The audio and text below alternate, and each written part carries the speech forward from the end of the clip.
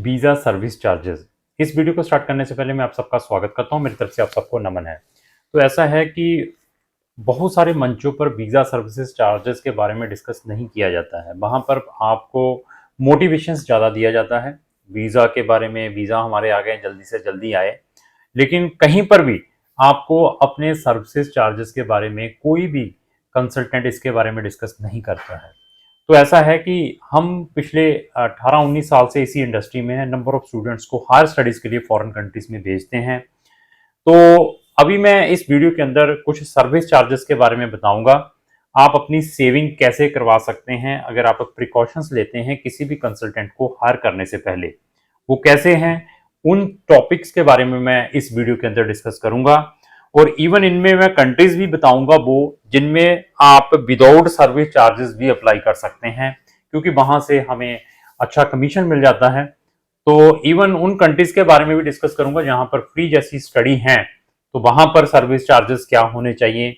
और बहुत सारे consultant on the sake of admission और on the sake of preparation of your scholarship document, on the sake of your मैंने visa file prepare की है, उसके सेक के ऊपर आपसे लाखों रुपए एडवांस में ले लेते हैं। तो नेट शेल आपके अपने माइंड में ये होना चाहिए, किसी भी कंसल्टेंट को हायर करते हैं, किसी भी कंसल्टेंट को हायर करते हैं तो कोशिश करें, 90 से 95% कोशिश करें कि आपके जो सर्विस चार्जेस हैं वो कब मिलने चाहिए, जब आपका वीजा आपके हाथ में आए। This is very important. तो आपने उस कंसल्टेंट को किस पर्पस के लिए एंगेज किया है? कोई एडमिशंस के लिए नहीं, या आपके वीजा फाइलिंग के लिए नहीं, या आपके स्कॉलरशिप डॉक्यूमेंटों के लिए नहीं है। नेट शेल पहले तो आपको वीजा तो चाहिए, वीजा आएगा तो तभी आपको बेनिफिट होगा, अदरवाइज आप अपने लाखों रुपए एडवांस में ही वेस्ट कर लेंगे। This is very very important to all the students and parents, क्योंकि बहुत सारे कंसल्टेंट्स आपसे लाखों रुपए वीजा आने से पहले ले लेते हैं। ऐसे है, रजिस्ट्रेशन चार्जेस हमने भी रखे हुए हैं जब आप हमें एंगेज करते हैं, 15,000 प्लस जीएसटी। तो ये जो 15,000 है जीएसटी है, ये हम स्टूडेंट से लेते हैं। और कुछ केसेस में हम बच्चे से आफ्टर वीजा भी चार्जेस नहीं लेते, बट डिपेंड है कि बच्चा कौन सी कंट्री में जा रहा है। तो ऐसा है कि ये जो मैं कंट्रीज अभी बताने वाला हूं, इन कंट्रीज में अगर आपने फॉरेन में जाना है तो हम आपसे वीजा चार्जेस भी नहीं लेंगे जो वीजा के बाद आपने देने हो। क्यों? क्योंकि वहां से हमें अच्छा कमीशन मिल जाता है। ये 5 कंट्रीज मार्केट के अंदर धड़ाधड़ बिकती हैं। 5 के अलावा और 2-4 कंट्रीज के बारे में मैं डिस्कस करूंगा। वो कौन कौन सी है? यूएस, कनाडा, ऑस्ट्रेलिया, न्यूजीलैंड और यूके। ये 5 कंट्रीज में अगर हम बच्चे को फॉरेन कंट्रीज में भेजते हैं, बच्चे की इंडिया से 12-14 लाख से लेकर 25 लाख की फीस जाती है। मैंने ये मिनिमम फीसेस बताई हैं, 12-14 लाख से लेकर, डिपेंड है कौन से प्रोग्राम में कौन सी कंट्री में जा रहे हैं, और 25 लाख तक फीस आती है। तो उसके ऊपर हमें वहां की जो यूनिवर्सिटीज हैं, they are giving us the commission. तो that reason we are not charging anything from the student. तो यहां पर भी आपने ये प्रिकॉशंस लेना है जब भी आपने किसी भी कंसल्टेंटों को इन 5 कंट्रीज में एंगेज करना है। इसके बारे में कोई नहीं बताएगा। उसके बाद जो लोग साइप्रस जैसी कंट्री में, जो लोग सिंगापुर जैसी कंट्री में जाते हैं, वहां पर भी वो बहुत ही ज्यादा ह्यूज अमाउंट में they are giving the service charges. तो वहां पर भी we are not taking anything, बस 15,000 प्लस जीएसटी लेने के बाद अगर कल आपका वीजा आता है तो we are getting the commission from them. तो उन कंट्रीज को भी we are processing free of cost, वो भी आप प्रोसेस कर सकते हैं।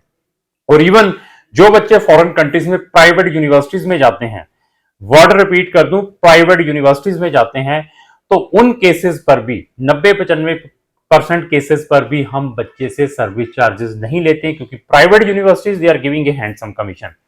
अभी आता है जो अनदर थिंग्स, पब्लिक यूनिवर्सिटीज, यहां पर फ्री स्टडी है या इकोनॉमिकल स्टडीज है, वहां पर हम अपने सर्विस चार्जेस जरूर लेते हैं। वो कौन सी कंट्रीज हैं उनके बारे में भी डिस्कस करेंगे, क्योंकि वहां से जहां पर फ्री स्टडी है, they are not offering the commission.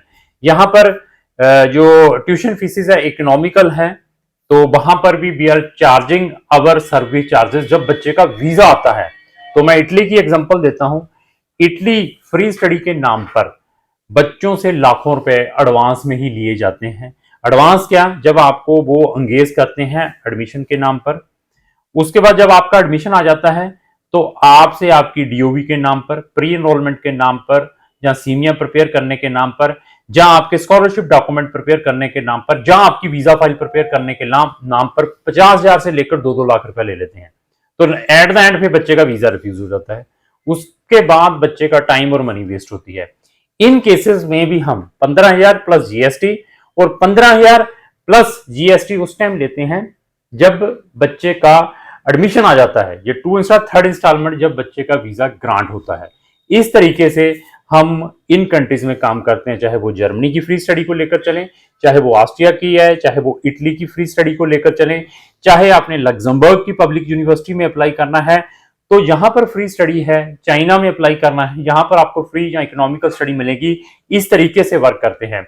इसी तरीके से हम बच्चों को एमबीबीएस के लिए भी फॉरेन कंट्रीज में भेजते हैं, वहां पर फीसिस हैं फॉरेन यूनिवर्सिटीज की, मेडिसिन की, उनकी जो फीसिस हैं 8,000 यूरो है, 12,000 है, 14,000 यूरो है। बट वो यूनिवर्सिटीज भी they are not offering the commission. Even आप उनको क्रॉस चेक भी कर सकते हैं। पब्लिक यूनिवर्सिटीज की मैं बात कर रहा हूं, तो वहां पर भी हम अपने जो सर्विस चार्जेस हैं, जब वीजा ग्रांट होता है, ये नहीं है कि हमने आपका मेडिसिन में एडमिशन करवा दिया तो हम अभी आपको कहेंगे कि आप तो वहां पर मेडिसिन की डिग्री करने के लिए जा रहे हैं, आपका एडमिशन आ गया, अभी हमें 1 लाख रुपया और दे दो। ऐसी चीजें नहीं है। फिर मैंने बताया उन केसेस में भी 15,000 प्लस जीएसटी, 15,000 प्लस जीएसटी जब एडमिशन है, बाकी फीस जब वीजा बच्चे का ग्रांट होता है। इस तरीके से वी आर वर्किंग कि हम बच्चों को इस तरीके से हेल्प करते हैं। तो आपने भी before selection of your consultant, चाहे आप लाटविया, चाहे लिथुआनिया, चाहे एस्टोनिया, चाहे चेक रिपब्लिक, चाहे हंगरी है, चाहे वो ग्रीस है, पब्लिक यूनिवर्सिटी वर्ड रिपीट कर रहा हूं, बट अगर इन कंट्रीज में चाहे वो जर्मनी है, ऑस्ट्रिया है, फ्रांस है, पब्लिक यूनिवर्सिटीज का मैं डिस्कस कर रहा हूं, तो वहां पर हमारे जो सर्विस चार्जेस हैं वीजा ग्रांट होने के बाद है। अगर इन्हीं शेंगन कंट्रीज 29 है, आप प्राइवेट यूनिवर्सिटीज में जाते हैं जिनको हम रिकमेंड नहीं करते हैं, तो हमारे जो सर्विस चार्ज वीजा के बाद भी नहीं है। ऐसी चीजों को आपने अपने माइंड में रखना है। इस तरीके से आप अपने लाखों रुपए सेव कर सकते हैं। ये टर्म एंड कंडीशन अपने कंसल्टेंट जिसको भी आप केस दे रहे हैं उससे जरूर रिटर्न में लें, उससे लिखवाएं, उनसे पूछें।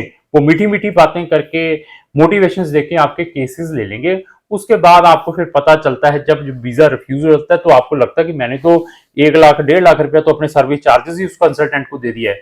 वहां पर बचने की कोशिश करनी है। तो अगर आप हमारी सर्विसेज हायर करना चाहते हैं तो हमें अप्रोक्स 100 कंट्रीज का एक्सपीरियंस है। अगर आप हमारी 100 कंट्रीज के एक्सपीरियंस के बारे में नॉलेज लेना चाहते हैं तो उसकी भी पीडीएफ फाइल मैंने अपने डिस्क्रिप्शन बॉक्स में लगाई, वहां जाकर आप फ्री में बहुत सारी इंफॉर्मेशन ले सकते हैं, तब डिसीजन ले सकते हैं। तो लास्ट मेरी यही रिक्वेस्ट है कि इस वीडियो को मैक्सिमम से मैक्सिमम अपने दोस्तों के साथ शेयर करें जो फॉरेन कंट्री में हायर स्टडीज के लिए जाना चाहते हैं। तो लास्ट मेरी यही रिक्वेस्ट है, अगर आपको जो मेरी वीडियो अच्छी लगी तो लाइक एंड शेयर करना ना भूलें। Thank you.